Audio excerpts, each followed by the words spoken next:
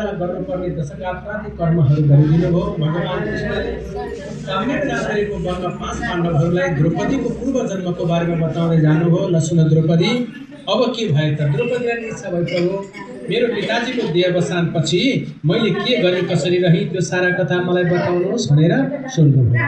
अनि भगवान कृष्ण भन्नुहुन्छ, हे देवी, तिमीले आफ्ना पिताजीका सारा कर्महरू गरिदेऊ। गच्छतं प्रेक्षया सा बाला पूजयामास साधरं ततः सविनतय राजर्मुवाच मुनिकन्यका। उनीले आफ्ना पिताजीका समस्त कर्महरू दशगात्रादि कर्महरू गरिदिन्। सारा कर्म गरिसकेपछि तपोवनमा तिनी गएर के गर्न लागिन्? एक्लै तपोवनमा बस्न लागिन्। अनि अब उनीले सम्झनेवाला त कोही पनि छैन, आफन्त कोही थिएन, माताजीको अनुहारै थाहा छैन। आफूलाई जन्म दियो, जन्म दिनेवाला जननी आमा कस्तो हुनुहुन्थ्यो थाहा छैन। अब मेरो आमा यस्तो हुनुहुन्थ्यो, यस्तो माया गर्नुहुन्थ्यो भन्ने थाहा भएको आमालाई सम्झने। बिचरा 10 वर्षकी थिइन्, जन्मने बित्तिकै आमा बित्नु हो, आमाको बारेमा थाहा भएन। पिताजीको काखमै हुर्केकी छोरी, पिताजीले नै हुर्काउनु भएको छोरी जब पिताजीले छोडेर जानुभयो, आफ्नै हातले जब बाबाको काजक्रिया गरेपछि तपोवनमा बस्दै गरेकी ती मुनि कन्या हर दिन हर क्षण आफ्ना बाबालाई सम्झेर रुन्थिन्, कराउँथिन्, एक्लै बसेकी थिइन्। यसरी बस्दै जाँदा वनमा रुँदै कराउँदै बस्दै गर्दै जाँदा एक दिन वनमा ती बालिका रुँदै गरेको आवाजलाई सुन्नुभयो दुर्वासा नाम गरेका मुनिले। यी दुर्वासा नाम गरेका मुनि हिमालय पर्वतबाट भगवान शिवजीको दर्शन गरेर आउनुभएको थियो। जब ती बालिका रुँदै गरेको दुर्वासा मुनिले सुन्नुभयो, सुनेपछि लाग्यो तपोवनमा को रुँदैछ त? किन मेधावी नाम गरेका ब्राह्मण मरेको थाहा थिएन दुर्वासाजीलाई। यी दुर्वासाजीका परम हितैषी साथी पनि थिए यिनी कन्याका पिताजी। अनि जब वनको बिचमा जाँदा त ऋषिलाई देखेनन्, छोरी रुँदै गरेको देख्नुभयो। अनि जब दुर्वासाजीले गएर सोध्नुभयो, हेर्नुभयो, देख्ने बित्तिकै दुर्वासालाई देख्ने बित्तिकै बालिका बडा प्रसन्न भइन्, खुसी भइन् र भन्न लागे, नमस्तेस्तु महाभागा अत्रे गोत्र दिवाकर अनसूया गर्भजात मुनि श्रेष्ठ तपोधन। हे तपोधन, तप भनेको साधना नै, धन भनेको कर्म जसको छ यस्ता तपोनिधि अत्रि गोत्र दिवाकर, अत्रि ऋषिका गोत्रमा उत्पन्न हुनुभएका दिवाकर भनेका सूर्यका समान हे अनसूया, अनसूयाका पुत्र हे दुर्वासा मुनि, हजुरको कसरी आगमन भयो भनेर भन्नुभयो। कति धेरै विशेषण दिनुभयो। अत्रि गोत्र दिवाकर अनसूया गर्भजाता मुनि श्रेष्ठ तपोनिधि। दुर्वासाजीमा कति धेरै गुण रहेछ। त्यही भएर सुकन्याले चाहिँ धेरै गुणले व्याख्या गरेर भनिन्, हे मुनिवर, हजुर त अनसूयाको पुत्र, अत्रि ऋषिका पुत्र। अत्रिका पत्नी अनसूया र अत्रि ऋषिले भगवान ब्रह्मा विष्णु महेशको ठुलो आराधना गर्नुभयो। कथा त धेरै प्रकारले आउँछ, शिवपुराणमा अलग छ, भागवतमा अलग छ, सबै कथा एउटै हो, जसरी भनिने एउटै हो। यी दुईटाले ठुलो तपस्या गरे। यिनीहरूले तपस्या गरेर अत्रि कुवामै उत्पत्ति भएको छ। अत्रि ऋषिले स्थापना गर्नुभएको अत्रि कुवा, जो हजुर तीर्थाटन जाँदा अत्रि कुवाको नाम सुन्नुभएको होला। यति पवित्र कर्म गर्नेवाला यिनीहरू ब्रह्मा विष्णु महेश प्रसन्न भएर के इच्छा छ भन्दा, हजुरहरू मेरा घरमा सन्तान भएर छोरा भएर आउनु भनेपछि अनि तिनी ब्रह्मा विष्णु महेशमा भगवान विष्णु दत्तात्रेय भन्नुभयो, भगवान ब्रह्माजी चन्द्रमा भन्नुभयो, भगवान शिवजी दुर्वासा मुनि भन्नुभयो। एउटा प्रसङ्ग यो छ। अर्को, अत्रि ऋषिकी पत्नी अनसूयाले गरेको कर्मले भगवान ब्रह्मा विष्णु महेशलाई उनीका पत्नीहरूले अनसूयाको पतिव्रता धर्म नष्ट गराउन पठाउँदाखेरि उनीहरूले रूप बदलेर गएर भिक्षा माग्नुभयो। भिक्षा दिनलाई अनसूया आउँदा निर्वस्त्र भएर दिने भए दिन्छौँ, नत्र लिँदैनौँ भन्दा, यदि मैले आजसम्म पतिव्रता धर्ममा रहेर कर्म गरेको छु भने म निर्वस्त्र भएर भिक्षा त दिन्छु, तर भिक्षा लिनेवालाहरू चाहिँ म निर्वस्त्र हुँदा यिनीहरूको निर्वस्त्रैवाला बालक बन्नु, 6 महिनाको हुनु भनेपछि 3टा जोडी 6 महिनाको बालक भए अनि भिक्षाको रूपमा आफ्नो काखमा राखेर स्तनपान गराउनु हो। अनसूयाले कथा आउँछ हो। यसरी दत्तात्रेय मुनि भगवान शिवजीको अंश अवतारमा चाहिँ दुर्वासा मुनिको जन्म भएको थियो अत्रि ऋषिका घरमा। त्यही भएर यी सुकन्याले भने, हे तपोनिधि अनसूया गर्भजात, अनसूयाको पेटबाट पनि हुनुहुन्न, म जन्मने बित्तिकै जानुभयो, म हजुरकै घरमा बसेको थिएँ, बाबाले पनि मलाई छोडेर जानुभयो भने, हे बाबा, अब म कसको आधारमा बस्छु यो जङ्गलको बिचमा? न भ्राता, न मेरो कोही दाजुभाइ छन्, न दिदी बहिनी छन्, न इष्टमित्र छन्, न मे माता तपस्विनी, न मेरो साथमा मलाई जन्म दिने आमा नै हुनुहुन्छ। भोजनाथ छादरे चिन्ताम कोमे ताप्त करिष्यति बाबा। आमा नभए पनि छोरी भोक लागेको छ भनेर सोधी सोधी खुवाउनुहुन्थ्यो। अब मलाई भोक लागेको छ भनेर सोध्ने मान्छे पनि छैन बाबा। कोमे चिन्ता तात, जब भोक लागेको बेलामा भोक लागेको छ भनेर भन्ने मान्छे छैन, मलाई बनाएर दिने मान्छे छैन भनेदेखि हजुरले छोडेर गएपछि मेरी छोरीले के खाने, कसरी बस्ने भनेर हजुरलाई चिन्ता लागेन, मलाई छोडेर जानु हो। कतम निष्ठा में शून्य वेद ध्यान विवर्जिते। अब आश्रम शून्य हुने भयो, वेदका ध्वनिले रहित हुने भयो। आश्रमे मुनि श्रेष्ठ अरण्य इव निर्जने, आश्रम शून्य हुनु भयो। अतः परिमरिष्यामि जीवितम मे प्रयोजन हे बाबा। अब म यो निर्जल वनमा एक्लै बसेर कसरी आफ्नो जीवनका निर्वाह गरौँ। हजुर जहाँ जानु भएको छ, मलाई जन्म दिने मेरी आमा जहाँ जानु भएको छ, म पनि हजुरसँग त्यही जान्छु। परम मरिष्यामि जीवितम किम प्रयोजनम, म जीवित भएर के प्रयोजन छ र, मलाई पनि के हजुरसँगै लिएर जानु हैन भने।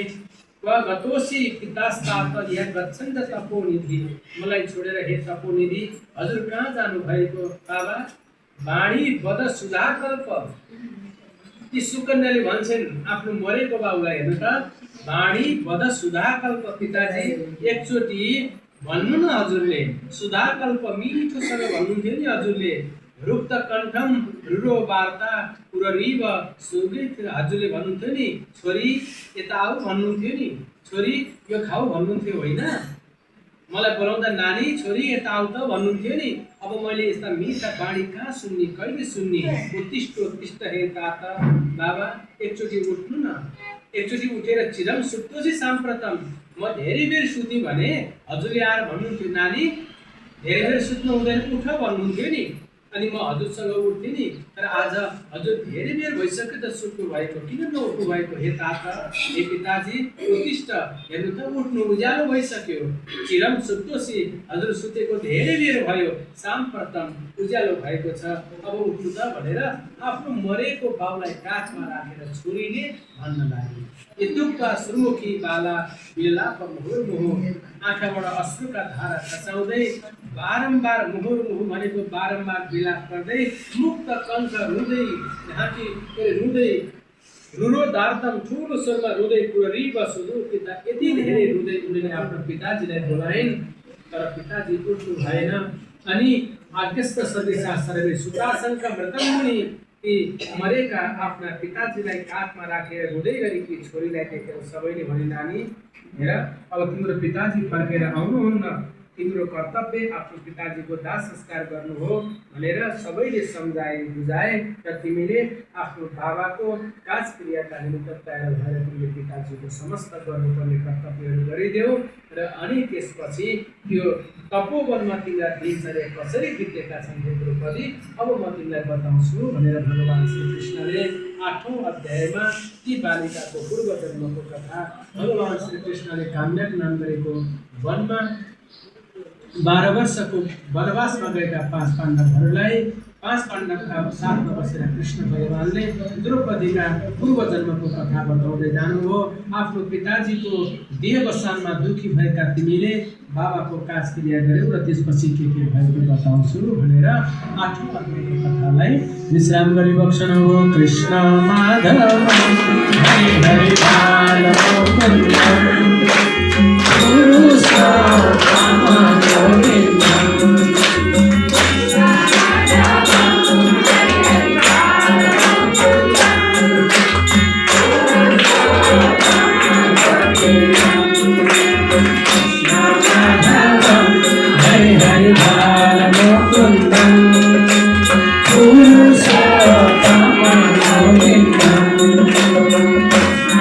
Thank you.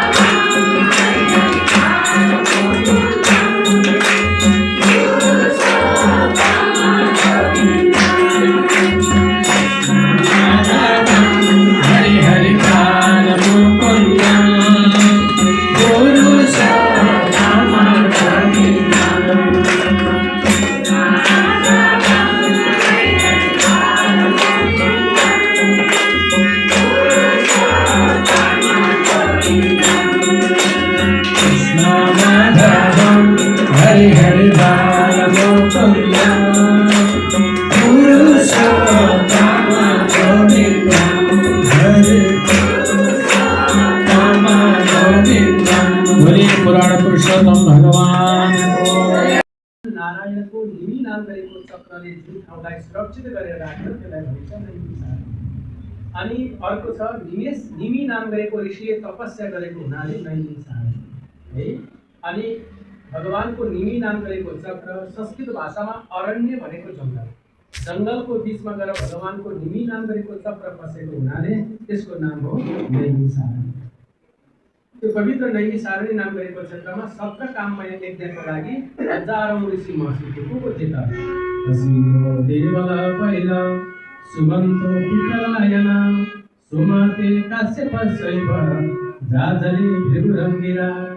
जहाँ असति देवल पहिला सुमन्त पिकलायन सुमति काश्यप भेगो अंगिरा वामदेव सुतीक्ष्ण सरभंग पर्वत आपस्तम्भ माण्डव्य अगस्त्य कात्यायन आदि गरेका ऋषिहरूके महर्षिहरूके सँगसँगै गौतम कौशिक गावल कर्तु अत्रि शक्ति द्वैपायन भगवान व्यास कौलिन्य पृथु हारित सन्नि पंक गर्ग आदि गरेका जमदग्नि भरद्वाज धूमक मौनग भार्गव यिनीहरूका ऋषिका नामहरू लिइरहनु।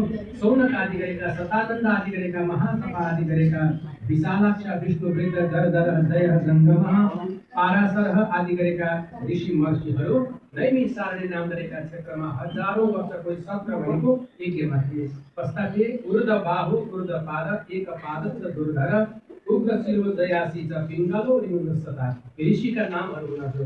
88,000 ऋषि थिए। त्यसका प्रमुख ऋषिहरूको नाम यहाँ बताउनुभयो। यस्ता हजारौं वर्षसम्म आयु भएका यस्ता ऋषि महर्षिहरू नैमी सारणीमा थिए। यी कस्ता थिए त? लोकानुग्रहकर्ता र परोपकृतशाली। साधु सन्त कस्तो हुन्छन् भने नि, साधु सन्तहरू लोकानुग्रहकारका, लोकको अनुग्रह गर्नेवाला, लोकलाई कृपा गर्नेवाला, आफू लागि भन्दा पनि अरूको भलाइका निमित्त जो सदा सर्वदा लागिरहन्छन् त्यस्ता जनहरू परप्रियता चाहिँ अरूको प्रिय, अरूको खुसीको लागि। कसैले राम्रो प्रगति गर्यो भनेदेखि खुसी व्यक्त गर्ने हो। कसैले केही कर्म गरेर राम्रो भयो भने त्यसलाई आशीर्वाद दिने यस्तो प्रकारका स्वभाव भएका तस्मात् परायण नित्य दैनिक आफ्नो कर्मलाई नछोडेका यस्ता हजारौं ऋषि महर्षिहरू कहाँ थिए? नैमी सारणी नाम गरेका क्षेत्रमा बसेका थिए। अनि ऊर्ध्वकुण्ड धर श्रीमन नारायण मुद्र विभाजिता। कस्ता कस्ता थिए त तिनीहरू? ऊर्ध्वकुण्ड ठाडो टीका लगाएका, नारायण मुद्र विभाजिता, नारायण भगवानको चिन्हलाई अंकित गरेर बसेर ऊर्ध्वकुण्ड भनेको ठाडो टीका लगाएका त्यस्ता ऋषि महर्षि थिए। अनि जहाँ शङ्ख चक्र धर्म दिव्यम गोपी चन्दन मस्तकम, शङ्ख चक्र धारण गरेका गोपी चन्दनको टीका लगाएका त्यस्ता भगवानका दिव्य भक्तहरू थिए। त्यही नैमी सारणी नाम रहेको क्षेत्रमा। अनि लसस्त्री तुलसी माला, गलामा तुलसीको माला धारण गरेका, जटा मुकुट मण्डिता, जटा भनेको कपालको नै मुकुट बनाएका यस्ता हजारौं वर्षसम्म आयु भएका ऋषि महर्षिहरू जपन्तम परमं मन्त्रम हरे शरणमद्भुतम है। पुरुषोत्तम महिना हामी त के भन्छौँ? कृष्ण माधवम भन्छौँ। आज अखण्ड मन्दिरमा भजन छ, आज नारायण नाम लगाउने भयो भने नारायण नारायण भन्छौँ, कृष्ण नाम लाउने भने कृष्ण कृष्ण भन्छौँ। तर यी कस्ता छन् त? सदा सर्वदा जहिले पनि यिनीहरूले जप्ने मन्त्र भनेको थियो हरि शरण, त्योभन्दा अरू जप्दैनन्। कसैले आएर यो जप भनिने छैन, त्यो जप भनिने छैन, उनीहरू सधैँ हरि शरण। बद्रीका आश्रममा चरदादी गरेका 4 कुमार बस्छन् जसले सदा सर्वदा हजुर हामी जस्तो भेट भयो भने के छ नि भन्दैनन् नि उनीहरूले त। भागवतको महात्म्यमा कथा आउँछ हरि शरणमेव हि नित्यम मुखे, जसको मुखबाट सदा सर्वदा हरि शरण मात्रै निस्किन्छ, अरू मात्रै निस्किन्छ। त्यस्ता छन् भने यी ऋषि महर्षि कस्ता छन् त? जप्यम परम मन्त्रम स्वरूप कस्तो छ? ऊर्ध्वकुण्ड ठाडो टीका लगाएका छन्। ठाडो टीका भनेको दुईपट्टि रातो हैन, बीचमा सेतो हो नि। दुईपट्टि रातो बीचमा सेतो के हो त यो भने? दुईपट्टिको रातो चाहिँ हैन हो, दुईपट्टि सेतो बीचमा रातो हो नि, दुईपट्टि रातो बीचमा सेतो हुन्छ नि। त्यो के हो? भगवान लक्ष्मी नारायणको स्वरूप हो। त्यही भएर के भन्नु भएको छ? लसस्त्री तुलसी माला, गलामा तुलसीको माला छ, जटा नै मुकुट छ, अनि शङ्ख चक्र जसले धारण गरेका छन्, यस्ता गोपी चन्दन धारण गरेका, यस्ता ऊर्ध्वकुण्ड टीका लगाएका। अब के जप्नु पर्यो यिनीहरूले भन्नु त? स्वरूपले के मन्त्र जप्नु पर्थ्यो? नारायण नारायण भन्नु पर्दैन थियो। जसको गलामा तुलसीको माला छ, जसले उर्थ भनेको ठाडो टिका लगाएका छन्, जसले नारायण श्रीमन नारायण मुद्रा अङ्कित, जसको शरीरमा नारायण भगवानको मुद्रा भनेको चित्र अङ्कित भएको छ, यस्तो भगवानका भक्तहरूले के जप्छन्? जपन्तं परमं मन्त्रं हरे शरणमभूतं, जसको मुखबाट केवल हरि शरण मात्रै यस्तो दिव्य मन्त्र के हुन्छ? सदा सर्वदा निक्लिन्छ। यस्ता ऋषि महर्षिहरू ठाडो टिका लगाउनेवाला तेर्सो टिका लगाउँदै गर्दा भनेको छ नि हजुर, तुलसीको माला लाउनलाई कोही दीक्षा लिएको हुँदैन। हामी के भन्छौँ भने मैले त दीक्षा लिएँ होइन, लाउने कि नलाउने होला भन्छौँ नि, होइन नि? दीक्षित हुनु पर्दैन तुलसीको माला लाउनलाई, कुनै सम्प्रदायमा जानु पर्दैन तुलसीको माला लाउनलाई, है? तुलसीको माला जसले लाउँदै हुन्छ, त्यो सम्प्रदायले मात्रै लाउने कुरा होइन। तुलसीको माला हर घडी हर वखत जसले लगाउँदै हुँदैन, तर फेरि जसले लगाउँदै हुँदैन भनेर सबै लाउनुहुन्छ न, त्यो पनि होइन। सम्प्रदायमा जानु पर्दैन तुलसीको माला धारण गर्नलाई, टीका चन्दन लाउनलाई सम्प्रदायमै जानु पर्दैन, तर तुलसीको माला त्यस्ताले लगाउनु जसले माछा मासु खाँदैन, जसले त्यस्ता हो जसले शास्त्रमा निषिद्ध गरेका चिजहरूलाई परित्याग गरेका छन् भने त्यस्तो सात्विक भोजन ग्रहण गर्नेवाला मान्छेले तुलसीको माला लाउनको लागि कुनै दीक्षित हुनु पर्दैन, जहिले जहिले लगाएको हुन्छ तुलसीको मालालाई। ततः सुतो विनीतात्मा सर्वनिशिवरान्मोदा बद्ध्वाञ्जलिपुटो भूत्वा न नाम दण्डवदमुः।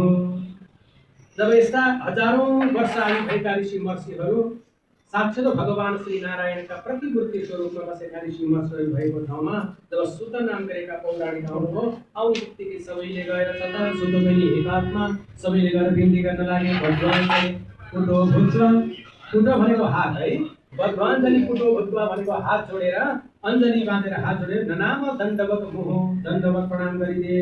ऋषिहरूले भन्न लागे सुत सुत चिरञ्जीव भागवतो भवान् अस्माभिः स्वासनं तेभ्यः कल्पितं सुमनोहरम्।